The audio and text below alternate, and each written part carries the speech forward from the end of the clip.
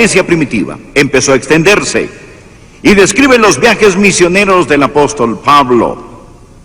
Y en Hechos capítulo 27 narra del apóstol Pablo a bordo de un barco. Y ese barco navega directamente a la boca de una tormenta feroz. Este menciona cómo Pablo pasó por esa tempestad, cómo Pablo enfrentó la tormenta. De eso es lo que deseo hablarle hoy, de enfrentar la tormenta. Me fascina el capítulo 27 del libro de los Hechos, y he predicado de este de vez en cuando, porque al abrir la Biblia allí puede usted oler el aire salado del mar. En esta historia particular, antes de dar inicio, quiero recordarle que el apóstol Pablo es un prisionero. Él es un preso por predicar el evangelio de Cristo, y las autoridades lo estaban trasladando a Roma para ser juzgado. A propósito, Pablo abordó esta nave como prisionero, pero descubriremos que poco tiempo después era el capitán. Sabe, Pablo era diferente a la mayoría de nosotros. Muchos vemos dificultades en toda oportunidad. El apóstol Pablo veía oportunidad en cada dificultad. Usted lo ponía en prisión, pronto terminaba siendo el carcelero. Él cantaba alabanzas en la noche. Usted lo ponía ante el rey Agripa y él era el demandado. Poco después era el abogado acusador. Él toma toda oportunidad y aplica a esta la palabra de Dios que dice: mas a Dios gracias, el cual nos lleva siempre en triunfo en Cristo Jesús. Y si se encuentra en una tempestad, vamos a estudiar lo que Pablo hizo y entonces ver cómo lo podemos aplicar y aprender cómo enfrentar la tormenta. Por favor, Hechos capítulo 27, empecemos en el versículo 20.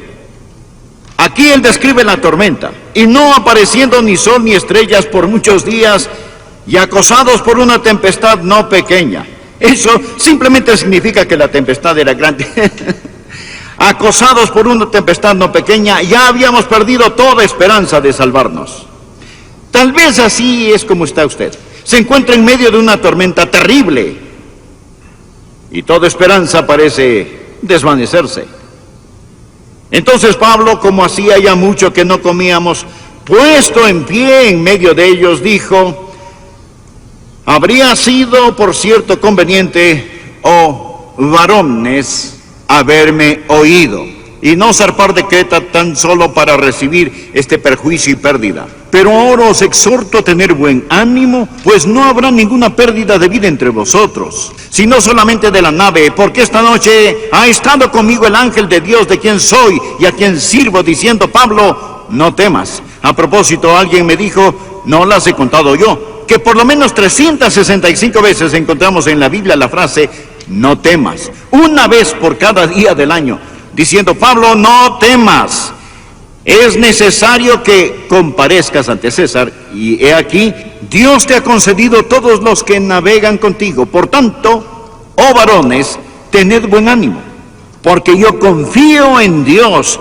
que será así como se me ha dicho.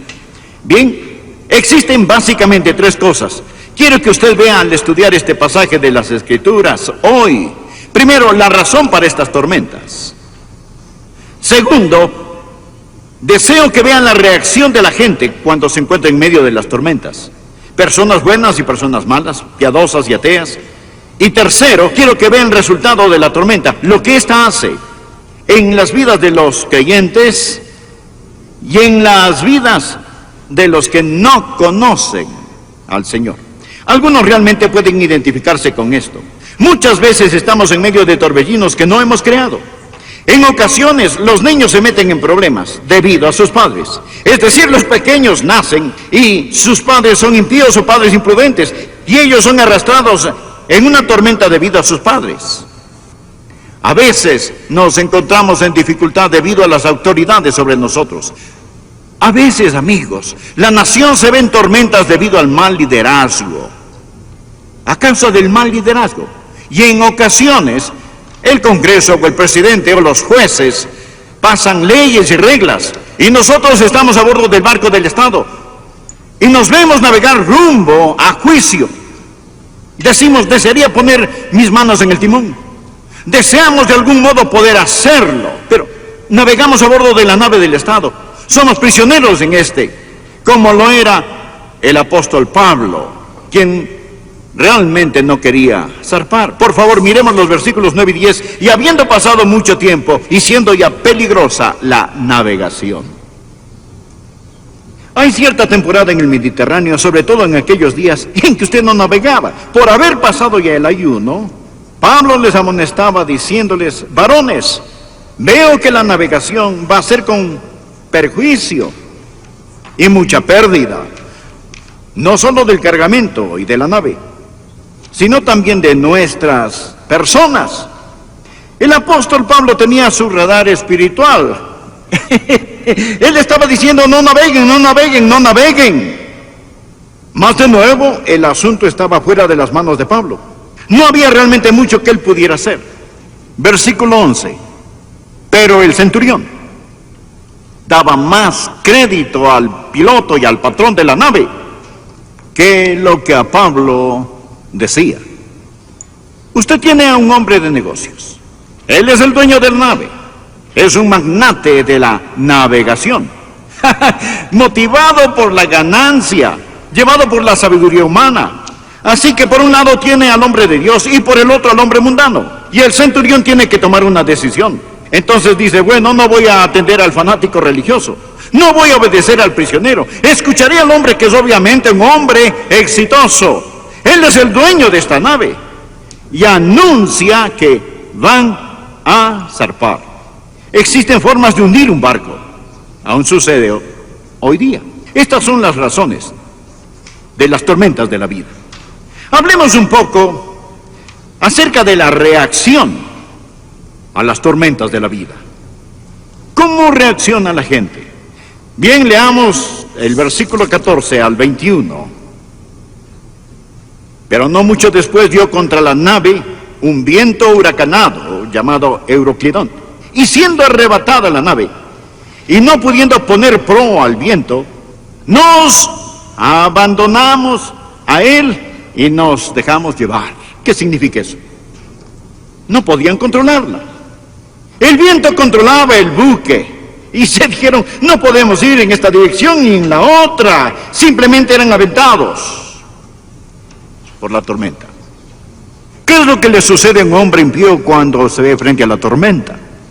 Bien, se deja llevar por el viento. Lo que quiero decir es que hay sueños frustrados. El capitán del barco, el dueño y el centurión no eran tan fuertes como pensaban. La Biblia dice que no pudiendo poner proa al viento, lo he visto pasar muchas veces. Esas personas, esos magnates sabelotodos dicen: dejen que venga la tormenta. Y luego se encuentran siendo arrebatados por vientos que no pueden controlar, a merced de fuerzas que no pueden entender o vagamente comprenden. Van a bordo de un buque inestable. Y entonces ellos pierden la esperanza. Por favor, leamos el versículo 29 de este mismo capítulo. Y temiendo dar en escollos, echaron 4 anclas por la popa y ansiaban que se hiciese de día. Oh, si tan solo hubiese luz, si supiéramos qué hacer. Ellos rechazaron la luz de Dios y ahora se encuentran en la oscuridad. Verá, escuche, los marineros de aquella época no tenían la instrumentación moderna actual. Ellos navegaban por medio de las estrellas, del sol, la luna, la tierra, la costa. Pero la Biblia nos dice en el versículo 20 que todas estas cosas habían desaparecido. Desaparecido.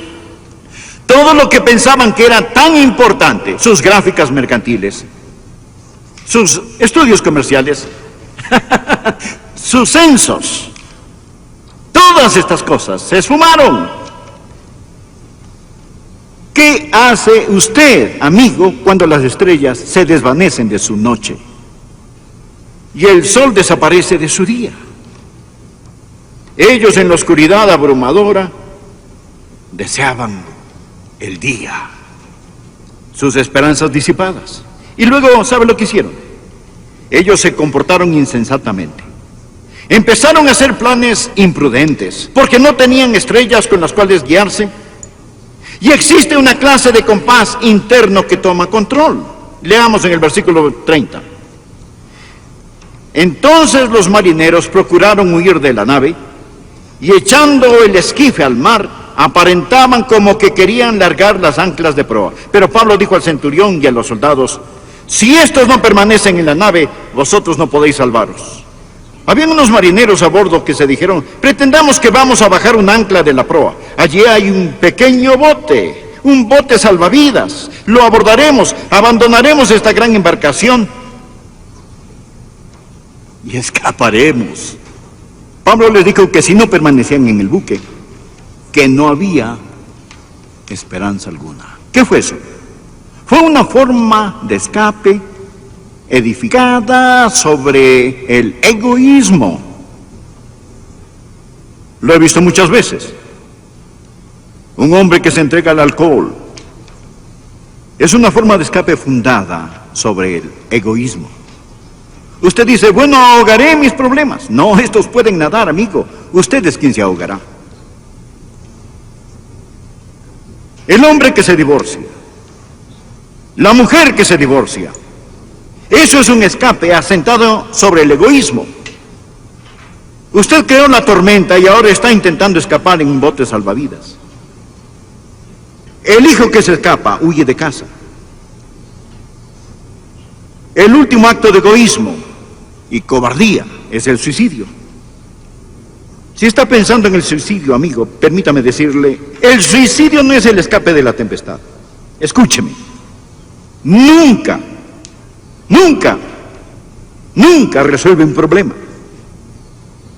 Es lo último en egoísmo y cobardía. Pero esta gente está aquí, siendo arrebatados por el viento. Estaban trabajando, estaban lanzando todo fuera de borda, sin poder ver en qué dirección navegar. ¿Conoce a personas así? Amigos, el mundo está lleno de ellas. Y estaban en una tempestad, de la cual para empezar se les advirtió que no la enfrentaran. Ahora, así es como el incrédulo en ocasiones se enfrenta a las tormentas. Pero ¿qué de los creyentes? Veamos al apóstol Pablo aquí. Esto es una bendición para mí. Por favor, continuemos en el versículo 22. Aquí vemos al apóstol Pablo. Él llama a todos a cubierta y el apóstol Pablo les informa: tengo que anunciarles algo. Pero ahora os exhorto a tener buen ánimo. ¿Se puede imaginar a un hombre decir eso en medio de este tipo de problemas? Hay algunos de ellos que piensan somos unos ingenuos. Piensan que no sabemos de lo que hablamos cuando predicamos un buen mensaje en medio de los días en los cuales vivimos. Existen tres clases de personas: las que tienen miedo, las que no saben lo suficiente como para tener miedo, y los que conocen sus Biblias. Aquí el apóstol Pablo les decía: tener buen ánimo, pues no habrá ninguna pérdida de vida entre vosotros, sino solamente de la nave. Es decir, la nave se iba a perder. Continuó diciendo: porque esta noche ha estado conmigo el ángel de Dios, de quien soy y a quien sirvo. Aquí el ángel de Dios era el Señor Jesús, porque él pertenecía a Jesús. Y el Señor Jesús abordó ese barco con el apóstol Pablo. Y él le dijo: Pablo, no temas. Y nuevamente en el versículo 25 da este mensaje que él da a menudo cuando estamos en medio de la tormenta: tened buen ánimo. Pablo, ¿quién pone esa sonrisa en tu rostro en medio de la tormenta? Pablo responde: el mismo que me dio alabanzas en la noche cuando estaba en el calabozo en Filipos. Su nombre es Jesús. Veo al apóstol Pablo caminando en la cubierta del barco, citando la palabra de Dios, el Salmo 107, del versículo 23 en adelante. Los que descienden al mar en naves y hacen negocios en las muchas aguas, ellos han visto las obras de Jehová y sus maravillas en las profundidades, porque habló e hizo levantar un viento tempestuoso que encrespa sus ondas, suben a los cielos, descienden a los abismos. Sus almas se derriten como el mal, tiemblan y titubean como ebrios, y toda su ciencia es inútil. Entonces claman a Jehová en su angustia, y los libra de sus aflicciones. Cambia la tempestad en sosiego y se apaciguan sus ondas. Luego se alegran porque se apaciguaron, y así los guía al puerto que deseaban. ¿Qué diferencia entre la reacción de los que conocen al Señor y los que no conocen al Señor cuando están en una tormenta? Quizás si usted está en este instante en una tormenta, desee leer este salmo, le será de gran bendición, el Salmo 107. Ahora, veamos lo último rápidamente. Hemos hablado de las razones y de las reacciones a la tormenta. ¿Cuál fue el resultado de la tormenta? Nuevamente leamos el versículo 23. Porque esta noche ha estado conmigo el ángel del Dios, de quien soy y a quien sirvo, diciendo: Pablo, no temas. Subráyelo, por favor. Es necesario que comparezcas ante César. Bien, ¿quién era César? Él era el emperador romano. ¿Dónde vivía? En Roma. ¿A dónde se dirigía la nave? Hacia Roma, hacia Italia. Y Dios le dijo a Pablo: ahí es hacia donde te diriges. Amigo, escúcheme. Dios tenía un plan. Y el plan de Dios era llevar a Pablo a Roma. En Hechos 23, versículo 11, Dios le reveló a Pablo: es necesario que testifiques también en Roma. Sin lugar a discusión, Dios lo predeterminó. En Hechos 28, versículo 14, después de este capítulo 27, dice: y luego fuimos a Roma. Escúcheme, no sé de una mejor ilustración en la palabra de Dios que muestre la soberanía divina y la responsabilidad humana al mismo tiempo. ¿Era el plan de Dios que ese buque zarpara? No. Dios le dijo a Pablo con el radar espiritual: no naveguen. Ese no era el plan de un Dios amoroso en esa nave. Y le diré que más, el Evangelio de Lucas y el libro de los Hechos. Y le diré que más, la voluntad soberana del Dios Todopoderoso. Y toda decisión errónea que ellos pudieron haber tomado no pudo cambiar la voluntad de Dios. ¿No es asombroso? Donde Dios no gobierna, Dios se enseñorea. Ha volado en uno de sus grandes aviones para ir a otro continente, quizás un 747. Usted puede dormir, comer, tomarse un refresco o un café, lo que quiera. Pero amigo, mientras usted toma esas decisiones pequeñas, ese avión simplemente se dirige a un determinado aeropuerto.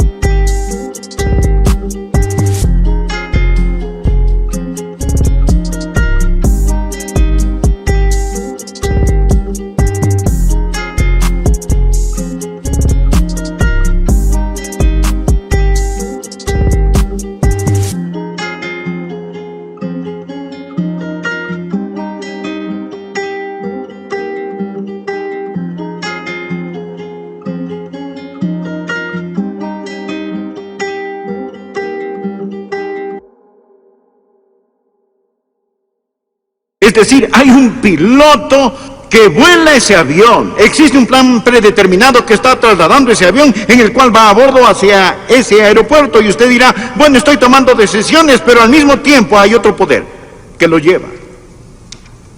Escuche. Nosotros servimos a un Dios poderoso. Cantamos: servimos a un Dios poderoso. Los creyentes pueden fallar, andar a duras penas, pecar, pero si le pertenecen a Jesucristo, existe un poder soberano que dice: mi hijo un día será como mi hijo el Señor Jesús. Y todo el infierno no puede impedirlo. Estamos predestinados a llegar a ser a la imagen del Hijo de Dios. La iglesia antigua, la iglesia maravillosa, la iglesia fundada por el Señor Jesucristo, a veces toma tantas decisiones equivocadas, fallamos tanto, hacemos cosas que no deberíamos hacer como iglesia. Hablo de la iglesia en general. Mas ¿sabe lo que Jesús dijo? Jesús aseguró: sobre esta roca edificaré mi iglesia y las puertas del Hades no prevalecerán contra ella. Dios está edificando para sí mismo una esposa y todo el infierno no puede detenerlo. ni todos los gobernantes de este mundo, ni todas esas personas que están en contra de nuestro Señor Jesucristo. Lee el Salmo 2. Todos establecen sus reglas, sus leyes contra nuestro Señor. No lo quieren, no quieren sus mandamientos, no quieren su palabra ni su moralidad. Y ellos dicen, rompamos sus ataduras y desechémoslas. Con todo, Dios aún afirma en el Salmo 2, pero yo he puesto mi rey sobre Sión, mi santo monte. Jesús reinará donde el sol concluya sus jornadas sucesivas. Su reino se extiende de costa a costa, hasta que el brillar de la luna se extinga y no mengue más. Amigos, escúchenme. Estamos en el lado ganador. Él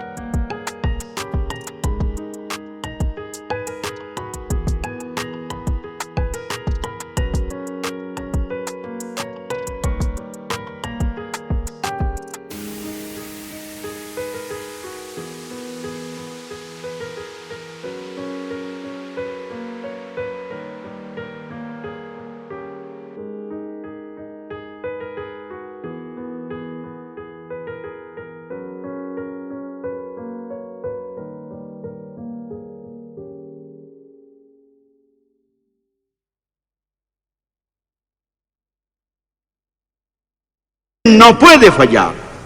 Él debe prevalecer. Hubo una tempestad, pero Pablo dijo, y luego fuimos a Roma.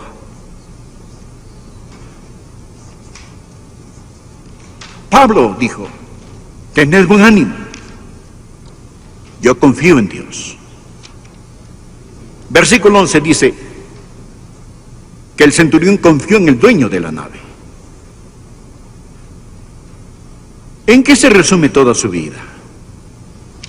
Simplemente en quién confía usted. ¿En quién confía usted? Pablo dijo, yo confío en Dios. No comete el error de confiar en la persona equivocada.